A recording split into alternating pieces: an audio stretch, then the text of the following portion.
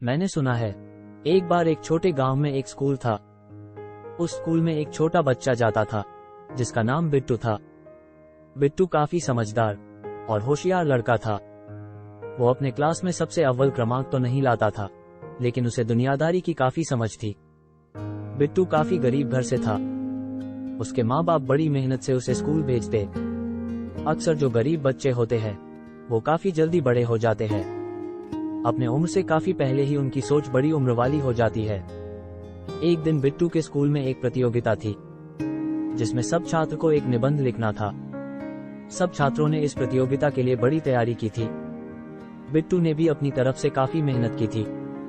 प्रतियोगिता जीतने वाले को काफी बड़ी रकम इनाम के तौर पर मिलने वाली थी। बिट्टू को हमेशा एक साइकिल चाहिए थी, लेकिन अपने घर की परिस्थिति से बिट्टू वाकिफ था, इसलिए उसने कभी अपनी ये मांग अपने माँ बाप के सामने रखी नहीं थी। लेकिन अगर बिट्टू ये प्रतियोगिता जीत सकता तो शायद बिट्टू का साइकिल लेने का सपना पूरा हो सकता। प्रतियोगिता के दिन बिट्टू बड़ा उत्तेजित था। प्रतियोगिता शुरू हुई। बिट्टू को एक निबंध आया जिसका शीर्षक था, मेरी महत्वाकांक्षा। बिट्टू को हमेशा से बड़ा होकर एक व्यापारी बनना था।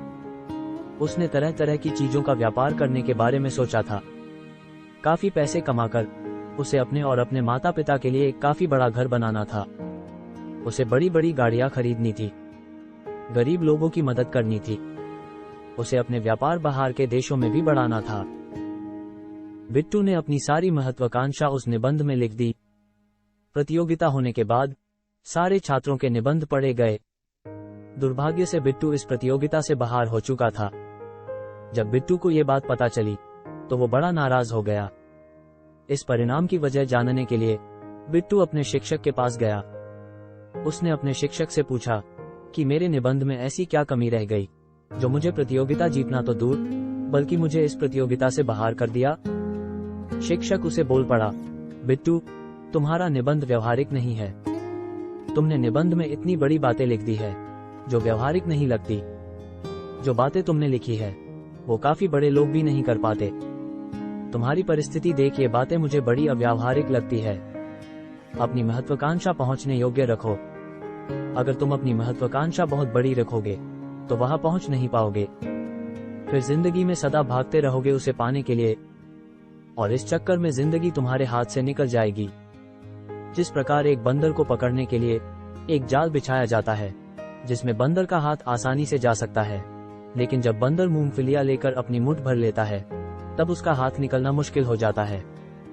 वो मूंगफलियां उसके लिए एक बंधन बन जाती है। तुम अपना लक्ष्य रखो, लेकिन उसके प्रति बंधक मत बनो। ये सुन बिट्टू ने 2 मिनट सोचा और सोच के बोल पड़ा, कृपया आप अपनी सोच अपने पास रखें और मैं मेरी महत्वाकांक्षा अपने पास रखता हूँ। ये बोल बिट्टू वहां से निकल गया। काफी साल बीत गए। बिट्टू एक बड़ा व्यापारी बन गया था। उसके नीचे कई नौकर काम करते थे। उसको सब लोग सम्मान से देखा करते। कई बच्चे तो बिट्टू को अपनी प्रतिमा मानते। उसके जैसा बनने के सब लोग सपने देखते। एक दिन बिट्टू को अचानक उस बचपन की प्रतियोगिता की याद आई और उस पर से अपने शिक्षक की भी याद आई। बिट्टू ने अपने शिक्षक से मिलने के बारे में सोचा। शिक्षक का पता ढूंढ वो उनके घर पहुंच गया। शिक्षक अब काफी बूढ़े हो गए थे। बिट्टू ने याद दिलाने पर उन्हें सारी बात याद आई। बिट्टू अपने शिक्षक से बोल पड़ा, बंदर का प्रसंग और मेरे प्रसंग में काफी फर्क है। बंदर जिस परिस्थिति में है उसमें बंदर के पास खोने के लिए सब कुछ है।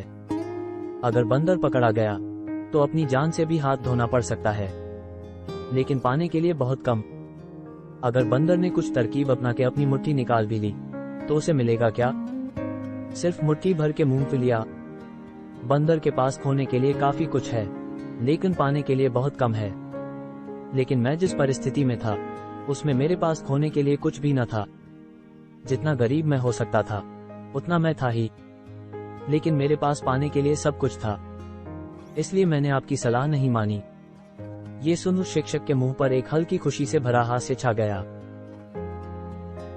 जिंदगी में हर वो चीज जिस पर सोचे बिना हम अपना दिन गुजार नहीं सकते वो बिल्कुल पाने लायक है। उस हर चीज के लिए हमें अपनी पूरी ताकत लगा देनी चाहिए। और वो सपने भी क्या काम के जो सपने जैसे लगते न हो।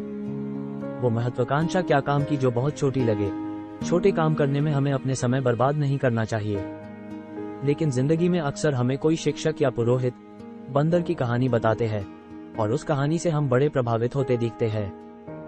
बंदर छोटे के लिए लड़ना दर्शाता है। बंदर जब मूंगफलियों के लिए पकड़ा जाता है तब वो काफी सस्ते में पकड़ा जाता है। जिंदगी में छोटे से लड़ना बेकार है। मुट्ठी भर मूंगफलियों के लिए पकड़ा जाना बेकार है। एक प्रतियोगिता जीतने के लिए अपना सपना बदल देना बेकार है। लेकिन हम ज्यादातर बार अपनी सोच के गुलाम होते हैं। हमारी सोच हमें बांध के रख देती है। जो आज तक कभी हो नहीं पाया वो जरूरी नहीं कि आगे भी न हो पाए। हमारी सोच बंदर के मुट्ठी के जैसी है, बंद और कड़क, जो अक्सर हमें जिंदगी में आगे बढ़ने से रोकती है। फिर हमें शिक्षक मिलते हैं जो हमें तरह तरह की बातें बताकर डराते हैं। दरअसल देखा जाए तो इस जिंदगी में खोने के लिए कुछ भी नहीं है, जो है बस पाने के लिए ही है। एक समझदार इंसान हर एक बात को सीढ़ी बना देता है। नासमझ इंसान के लिए तो हर बात उसे एक संदेह के गहरे कुएं में डाल देती है। हम अपने साथ कुछ लेकर ही नहीं आए तो हम खोएंगे भी क्या। वो हर एक चीज जो हम पाना चाहते हैं हमें बिल्कुल पानी चाहिए, क्योंकि उसका पाना उससे मुक्त होना है। जैसे अगर हम सोचे कि बड़ा धन कमाकर हमें सब मिल जाएगा, तो ये भ्रांति जब हम धन कमाएंगे तब नष्ट हो जाएगी। लेकिन धन कमाने से पहले ही हम समझ ले कि धन कमाकर कुछ नहीं मिलता, तो हम अपने आप को बेवकूफ बना रहे हैं। बिना धन कमाए हम धन के बारे में सोचते रहेंगे, फिर हम इस धन से बंदी बन जाएंगे। इस सोच से मुक्त होना मुश्किल हो जाएगा। धन पाने के बाद ये भी समझ आ जाएगा कि शायद धन के आगे भी कुछ है जो पाया जा सकता है। फिर उसकी खोज शुरू होगी। लेकिन धन ही नहीं पाएंगे तो उसके आगे जो है उसकी खोज भी कहाँ शुरू होगी। आखिर जिंदगी बस उस परम को पाने की खोज है, वो जो अंतिम है।